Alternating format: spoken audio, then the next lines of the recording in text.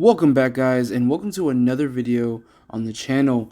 Today we're going to be talking about the best transformations in Bleach. Now let me explain what I mean by that, and to caveat, I will not be using BBS forms, Bleach Brave Souls, and whatnot, but I may be using the artwork to give examples. The criteria for best transformation for this video is flashy plus aesthetic. So the form has to have a cool or original process of transforming while also having a good design. Also, a transformation is categorized by a physical change in form, so Bankai or abilities that don't produce a physical change or produce some sort of armor won't count. Characters only get one form on the list, so don't expect to see a character more than once. I do want to talk about some honorable mentions here, one being Hollow Mass Tozen. I love the symmetry of this form, it's beautiful.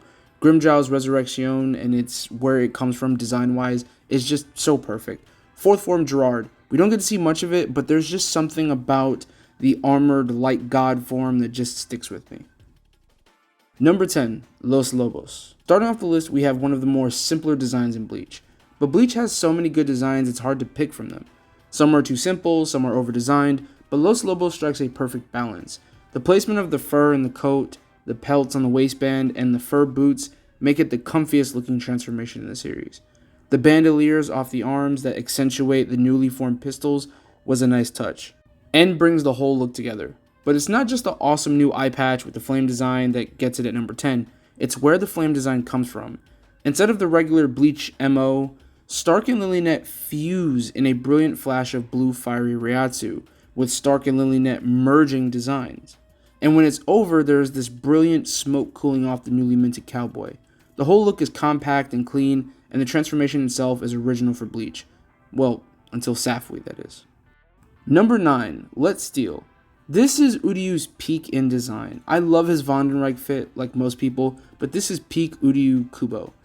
The single wing of torrential reishi that doubles as an archer's quiver is sick beyond all design. This is also a nod to Uryu's status as a gemished Quincy or half-breed Quincy, especially when it's juxtaposed with the two-winged Vollständig of the pure-blooded or Echt Sternritter.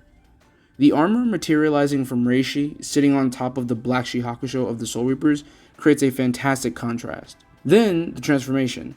Uryu breaks one of the bindings on the glove and it explodes, allowing all the previously rejected Reishi to flood in, creating a brilliant flash of light, and what emerges is Vollständig Uryu.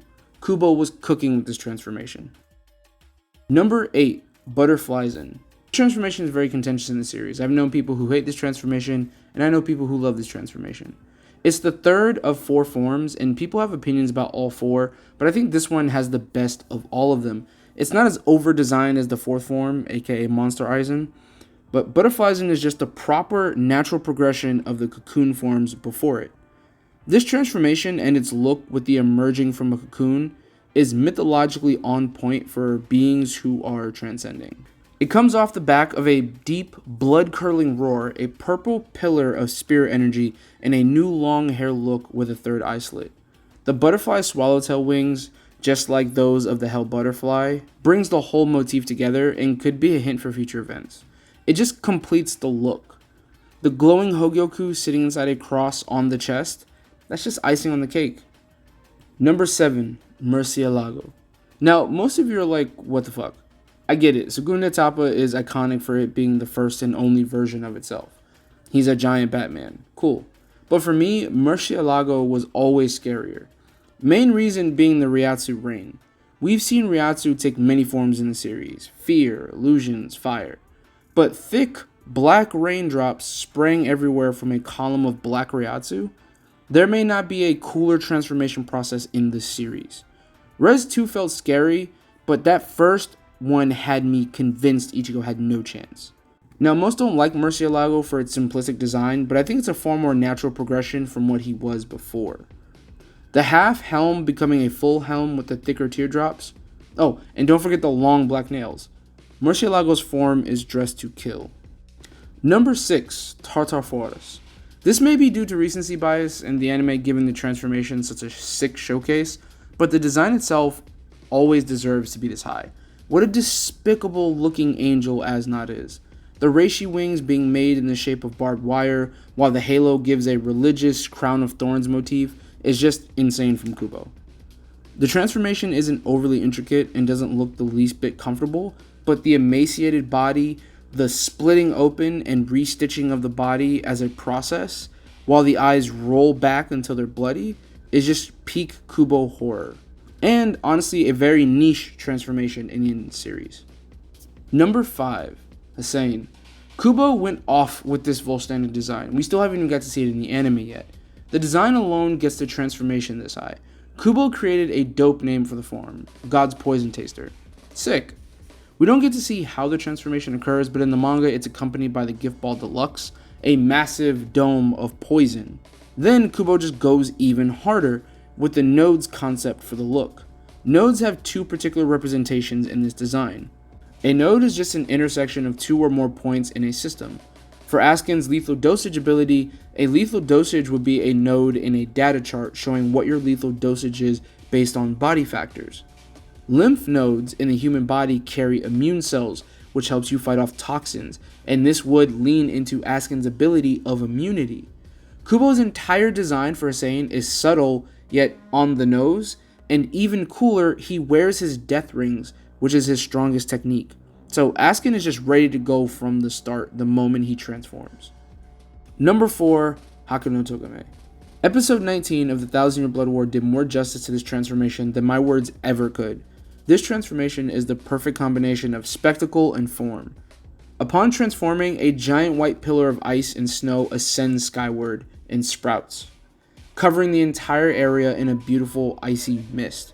After that, a tsunami of cold air and ice washes over the area, one-shotting the opponent in the process of transforming. It's amazing. The transformation ends, and what stands in its place is one of the most elegant and powerful Zanpakuto in the series.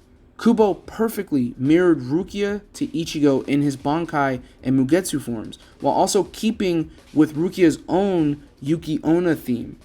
Kubo just went insane on this one. Number 3, Zyrael.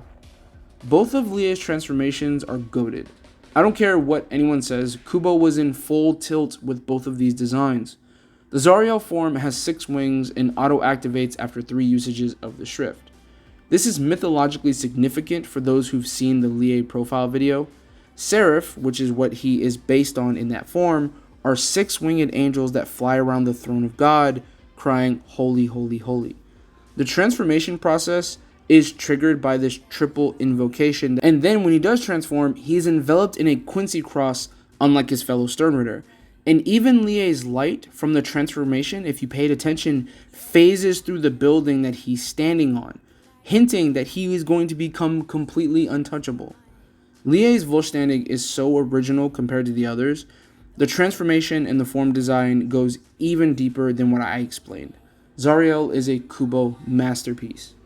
Number 2, Arrogante. Arrogante is everything and more. First, let's talk about the transformation.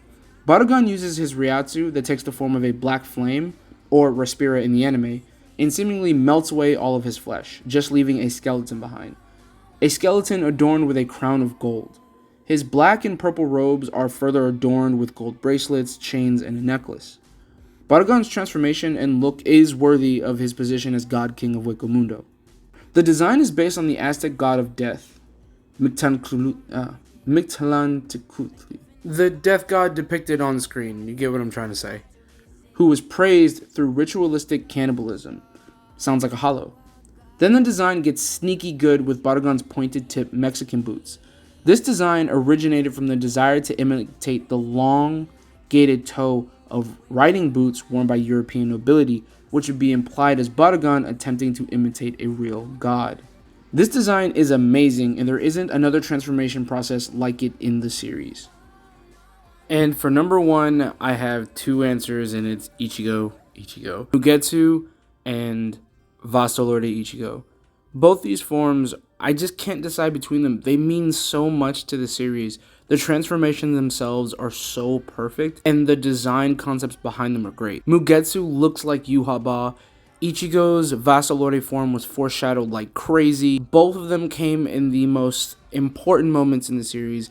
I personally cannot choose between them, and I can't even give you a full explanation on why I love them so much.